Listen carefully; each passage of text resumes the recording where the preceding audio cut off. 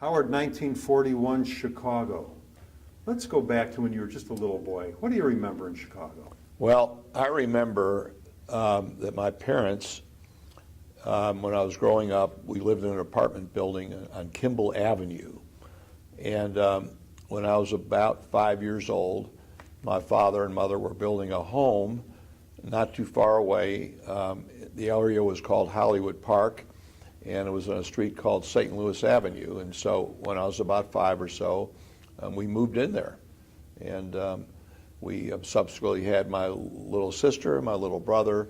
And I think my sister was born when I was 7, and my brother was born when I was about 9. What did your folks do? What did your dad do for a Well, living? interesting, my father came to the country when he was 13 years old from Russia, couldn't speak a word of English. They threw him in a suitcase factory, and he was on the production line. And when he was 27 years old, he owned his own suitcase factory. He became a pace setter in the Federation, joined a very fine Jewish country club in Chicago called Twin Orchard, and was founder of Shir HaTikva Synagogue with some of his friends, and was a very religious and a wonderful person, one of my best friends. Unfortunately, he passed away at age 52 or 53 from smoking. When he was 5 years old in Red Square, he was rolling cigarettes and selling them with his 8-year-old brother, and he was smoking from age 5 on. Incredible. Did he ever tell you about the journey to come to the United States?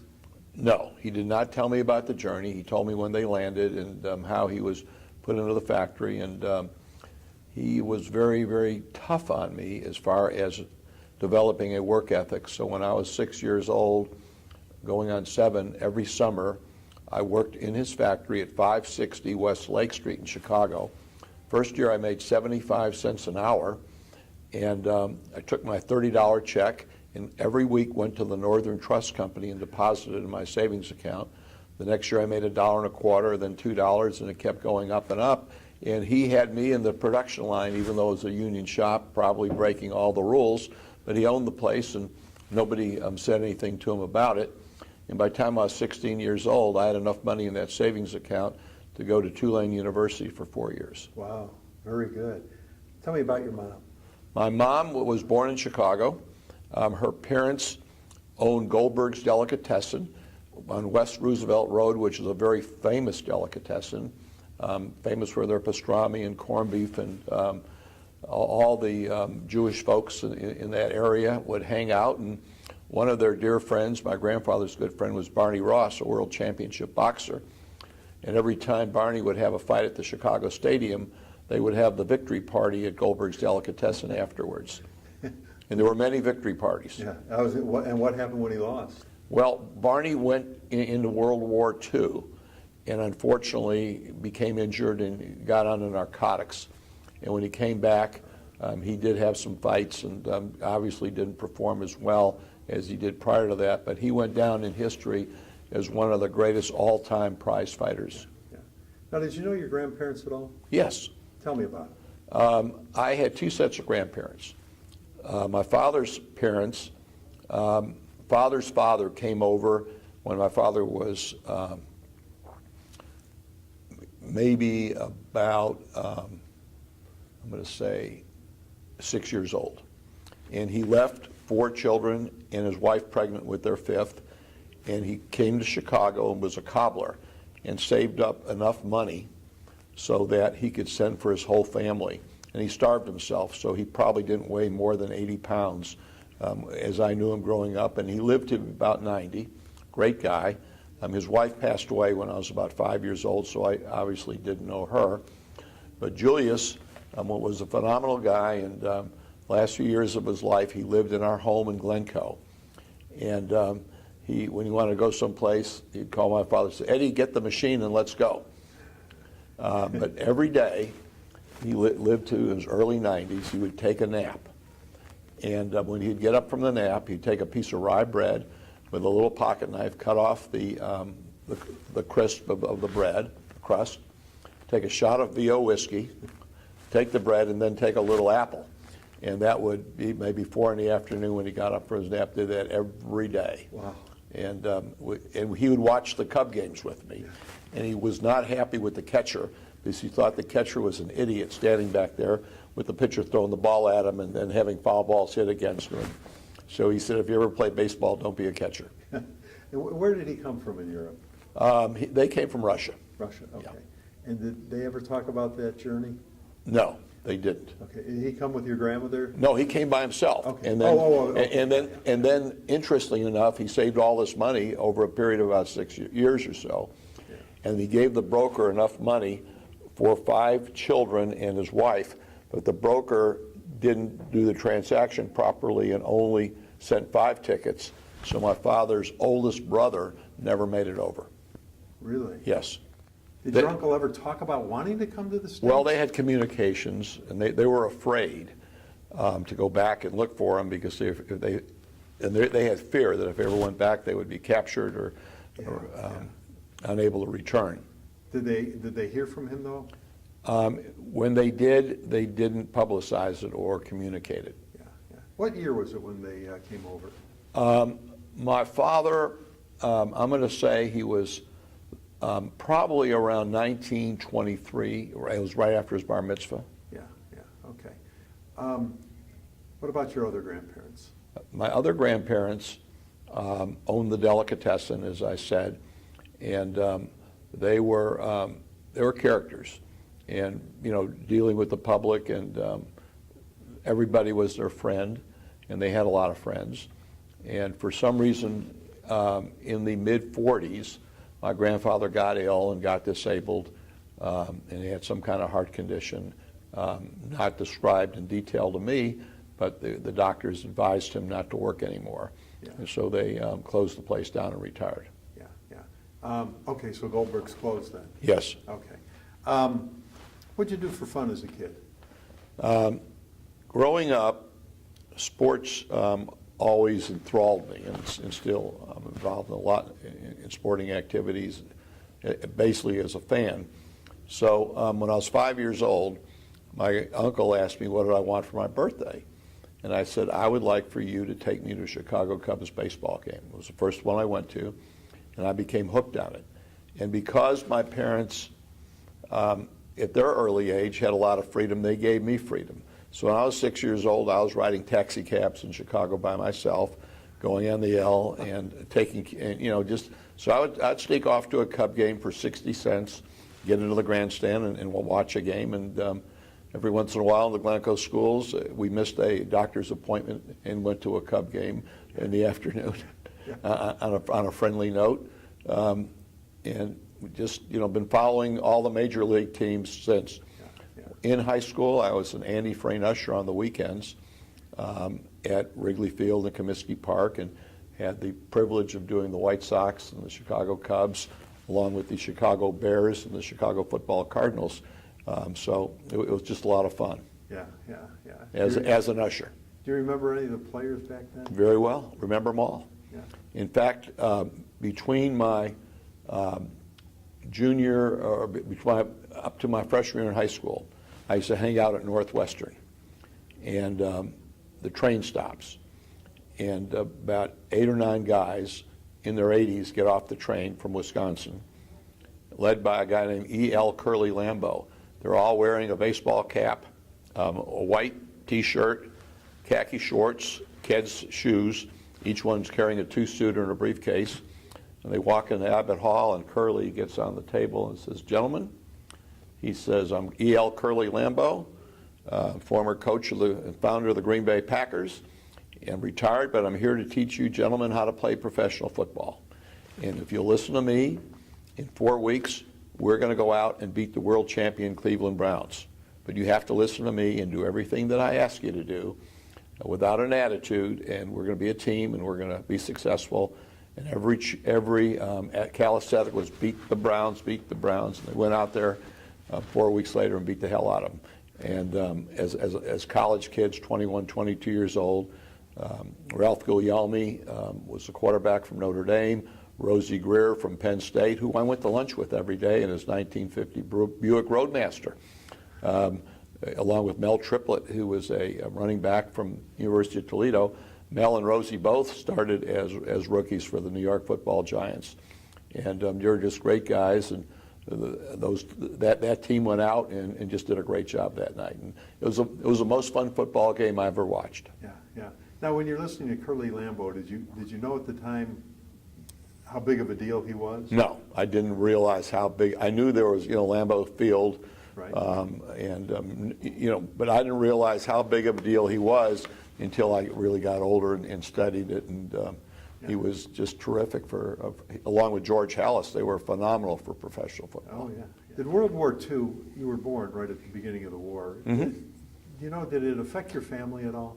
No. Yes, it did. It was financially prosperous for my family because my father owned this suitcase factory and he had a lot of sewing machines. So he got an order from the Air Force to make parachute belts, and they made them like crazy in quantity.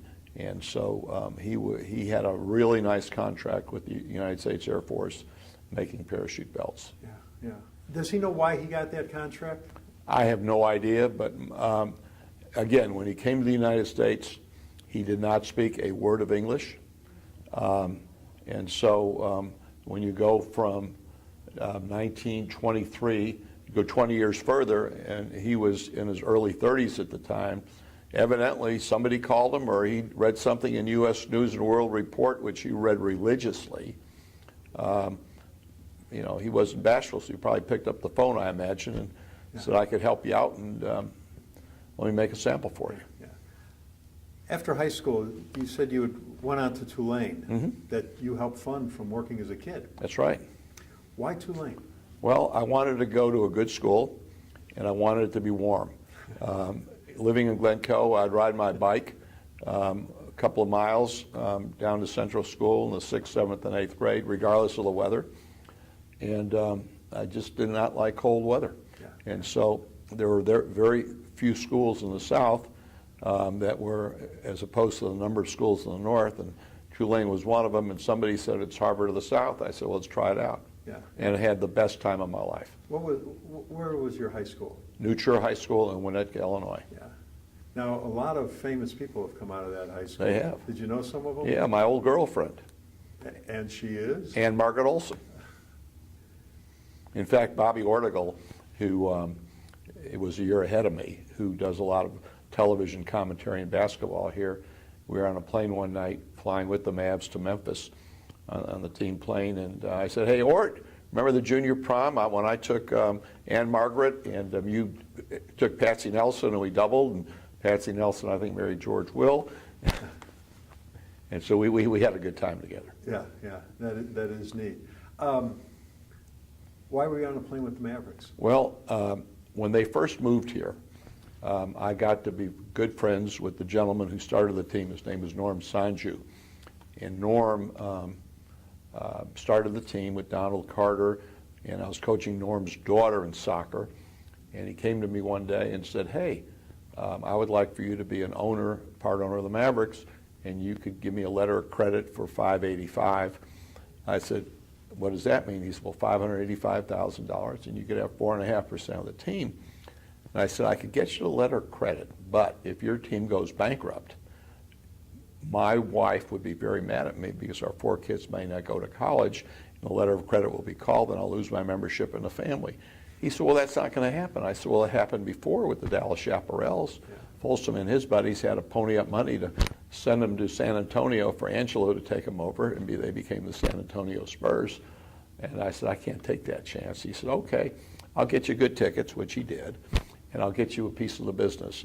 You can't have all the insurance business because I have to spread it around." And so they've been clients of mine now through 3 ownerships, and every once in a while we have an opportunity to maybe go to an away game, and so it would happen to be that particular event. So is your wife angry that you didn't take that 4% ownership? She never brought it up, but our 4 kids did go to college and law school, and it worked out just fine. Yeah, yeah. Was there a teacher in high school that really made an impression on you? Yes. There was a lady who was in math. Her name was Mrs. Kelso, and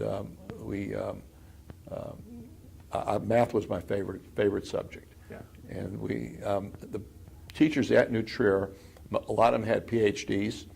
All of them had master degrees, and so they were they're wonderful teachers and very personable and very hands-on, and they were very giving as far as their time. If you needed help, go see them in the morning. But there were a lot of good ones there. And tell me about Anne Margaret. Anne Margaret was a great young lady, and she was born in Norway. She came to New Trier. We became friends. We really weren't boyfriend and girlfriend. We were just good friends. Yeah, yeah. And she was very sweet and was always complimentary if you did something nice for her. She was very, very thankful. A very good, loving person. So were you surprised at all when she became a famous star? No. She started at Northwestern her freshman year, and during Thanksgiving there was some guys that she knew in a band who lost their lead singer, and they said, come to Vegas for Thanksgiving with us. And they were doing a lobby show, and the next thing somebody heard her, and they took her right to Hollywood. Wow, wow. Talk to me about Tulane. Tulane was a phenomenal school. Got a business degree in 4 years. The professors in the business school were terrific, and in your junior and senior year, they allowed undergrads to take graduate courses and get grades and credit for it. And so I was lucky enough to take a few and wound up graduating in 4 years with 144 hours and learned a lot and didn't have to pay extra to take master courses. So after Tulane, were you going to go back to Chicago? What were you going to do? I was on my way to, I graduated Tulane at age 21, and I was on my way to DePaul University Law School, and got home, and my father had passed away. I mean, a few weeks after I graduated. And he had a factory in Grays Lake, Illinois, that manufactured molded suitcase halves. At that time, over 50 years ago, the style was, have a hard side suitcase to protect your clothes. Samsonite made the best suitcase at that time. I mean, it was well engineered, well constructed, popularly priced. There were a lot of imitations or knockoffs to that, and so he, being in the luggage business, had a factory in Grace Lake, Illinois, which is near the Wisconsin border, that allowed other luggage manufacturers to purchase these molded halves in the various sizes, whether it be a little train case all the way up to an overseas case, and they came in different sizes. And so when he got sick, the factory was going to be sold to a friend of his named Ira Katz, who owned Hartman Luggage Company, and they were then located in Lebanon, Tennessee, because we were providing the molded halves for their Worry line at the Hartman factory. And when I got down there to sign some checks, as my father, after he passed away, during this transition period, a friend named Leroy Weiner called from West Pittsburgh, Pennsylvania, who owned Airway Industries. He said, Howard, you don't know me, but I was a good friend of your dad's, and our plant needs your help because our molder in Woburn, Massachusetts is bankrupt, and the plant is locked up. I can't get any parts out of there, and I need to keep my production lines going, and your parts will fit perfectly. So I went to the plant manager and I said, got enough material? Can you people work a few hours overtime and let's help Leroy out? And one thing led to another. We wound up with a second shift, and I wound up coming home at midnight, and I just never made law school because I was working. And it was really good, an MBA, PhD in business administration, being the purchasing agent, the production manager, the sales manager, and trying to figure out how to pay the bills. Yeah. Where did you meet Carol? Carol and I met at Tulane, and she happened to be having a cup of coffee with a dear friend of mine named Bob Tessler, who happened to be my roommate at the Alpha Epsilon Pi fraternity house. So Bob introduced me to Carol, and he was the editor of the student directory, and Carol was the assistant editor. And she got paid like $50, and Bob got paid $150, but Carol did all the work, which is the way it should be.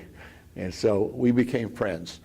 2 years later, Carol's suite mate, who was sweetheart of our fraternity, a girl named Elizabeth Jane Caldwell from Tallulah, Louisiana, decided that Carol Jean and I should go out. So Elizabeth Jane worked out a deal where she called me on the phone, and we're talking, but prior to that, she sent Carol Jean down the hall to get a dictionary for her and insisted that she go get it right now. So Carol Jean comes back with the dictionary, and Elizabeth Jane says, thank you. By the way, Howard Cohen's on the phone, and he's taking you to the fraternity party on Saturday night. Now, neither one of us knew at that time that we were going to even go out because, Elizabeth Jane, who was our dear friend, both of ours. So we decided to go out, and the name of the party was the Gross Ball. And I was the chairman for the fraternity for social activities from my second semester sophomore year till I'm graduating. So this was my first semester senior year, and we had the Gross Ball, and it was a great party, and then we just started going out afterwards. It worked out. And so this was like in October, and Carol went home for Thanksgiving and was going to be engaged to a gentleman, real nice guy here, and he picked her up at the airport, and they went back to Carol's house, and they're in front of the house, and he said, now here's the engagement, whatever, and she said, I'm sorry, I can't accept this. And here in the house are her parents, his parents, family members, all waiting, and I had no idea that this was even, that she was going to get engaged. We were just going out. But I told myself at the time, don't mess this one up because she's fantastic. And so I went back, a good friend of mine, Ronnie Finkelstein, who was picking up his wife-to-be from Kansas City, and I went in Ronnie's car, went to the airport, and Carol had no idea I was going to pick her up, and she smiled, and then we decided that we were going to do something together permanently, and maybe we were talking about maybe having 6 kids. But we stopped at 4. So when did you guys get married? We got married, we got engaged. Carol's a year behind me. So she graduated in 1964, and we got married right after she graduated. And we got engaged in November of '63, the same week of the President Kennedy assassination. Yeah. It was at Carol's parents' home right here in Dallas. Yeah. Now, so did you move then to Dallas? Well, You had I was still 7 running years? the factory. Right. So Carol went up to Chicago and started taking graduate course at Northwestern. And I'm running this little factory, trying to make a living, and we were doing fine. And Carol loves books. So the first month we're married, I get this bill from this bookstore of these hardbounds, and I said, Carol, next time go get the paperbacks, which she did for a few months. And then after that, I took her to the library and got her a library card because I was making $156 a week, and we were kind of spread thin. Yeah. So what brought you to Dallas? What brought us to Dallas? Carol was loving it in Chicago. Unfortunately, we had some miscarriages along the way, and we had our first child, Kay Ellen, and we brought her home from the hospital when she was 4 days old. And I looked at Carol Jean and I said, we're moving to Dallas. She said, why? It's a lot nicer to raise children in Dallas than Chicago. How do you know? Well, your younger brother Steve, who's 10 years younger than we are. I've been watching him grow up for the last 5-6 years, and he's getting ready to go on now to the University of Texas. Remember, he was 12 years old when we got married, wearing a white tuxedo jacket in the wedding party, and now he's not 12 anymore, he's 18, and we've been coming down a few times a year, and what a great place to raise kids. And lo and behold, we announce we're moving, we get pregnant with Scott, then we get pregnant with Wendy, so we wound up having Irish triplets, 3 children in 37 months. And then 4 years later, we had Mark. And so at that point, we even thought we wanted to have 6, but we did the geometric progression, and we figured that 2 is twice as hard as 1, 3 is 6 times as hard, 4 is 24 times as hard, and when you go to 5, it's 720 times, 120 times, or whatever. So, with all these rivalries, we decided 4 would be enough. Yeah. And you got into the insurance business down here? Yeah, I joined Waldman Brothers, because when we got married, Irwin and Bill Waldman said, if you ever want to come join the firm, we'd love to have you. So I called them up when Kay was born, and I said, you remember that offer? Get down here as fast as you can. We have a position for you. Now, are you involved at all with the Jewish community in Dallas? We are, yes. Tell me about your involvement. Well, in our firm, Steve Waldman and our partners, so we decided that both of us cannot go out and run every organization as the titular head or whatever. So I've been behind the scenes, and Steve has been the face of the organizations. Right now he's president of Dallas Jewish Holocaust. He was president of other, like Dallas Jewish Federation, and a lot of different things. I've been on many boards, but not as an officer. I was on the board, and still am, of the Dallas Jewish, Dallas Jewish Foundation, the Foundation of Greater Jewish Dallas. I'm on the board of trustees for National Jewish Hospital in Denver. I was former chairman of Camp Better America, where we would bring the troops in from Afghanistan or whatever and give them a nice 5-day vacation with their families and go through the whole drill and meet with the people at the Pentagon. And there were some financial things that did come up that really didn't appear kosher to me. So I decided to resign, which I did, and I never looked back. Happiest time in your life? Happiest time of my life, having a wonderful wife, having wonderful children, having wonderful grandchildren, and they all come together into equal many happy moments. Was there an invention in your lifetime that came along that you went, wow, how did I ever get along without that? Well, the invention that is, we used to talk about Dick Tracy watches growing up. And here they are today. And being 75 years old almost, I'm not computer or literate or savvy like my 8-year-old grandkids are. Yeah. And they have it all over me. So the whole internet is just so mind-boggling. Every time, here they're taking pictures and within a second texting it to me, all hands-free. I mean, I still don't know how it's done. It's hard to believe that it's here, but it is here, and technology just exceeds itself every day. Now, in your lifetime, you've lived through so many remarkable events. Of course, the Vietnam War era, President Kennedy assassination, the moon landing, something good in '69 for the first time. Of course, the tragedy of 9/11. Was there something in your lifetime that came along that really stood out in your mind? You knew exactly where you were when it happened? Well, interesting you mentioned 9/11, because there's a major airline that commissioned me to write the long-term care insurance coverage for all of their pilots. And the first meeting was at the Los Angeles hub at the John Wayne Airport for the group of pilots that were positioned in Southern California.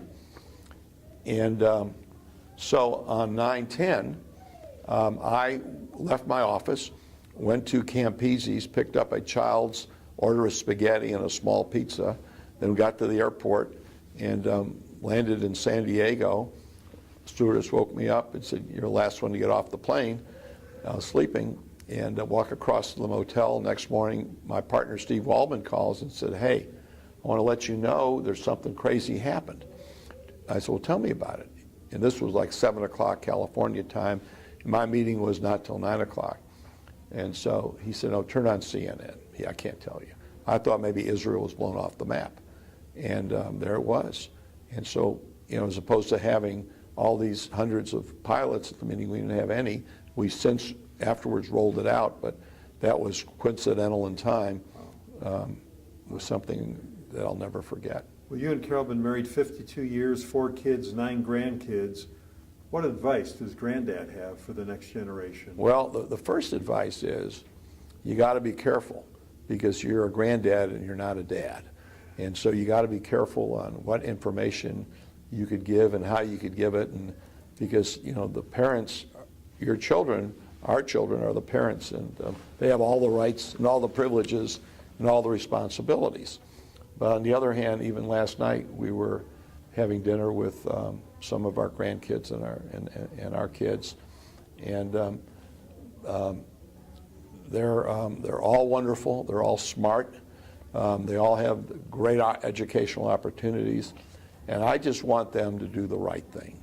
And so in a subliminal way, I try to remind them, even though how spectacular they are, not to have a slip up. some kids have, like a week before our high school graduation, they do something really stupid, Right. and it hurts them for the rest of their life. Oh, great job. Thanks for doing this today. Well, thank you.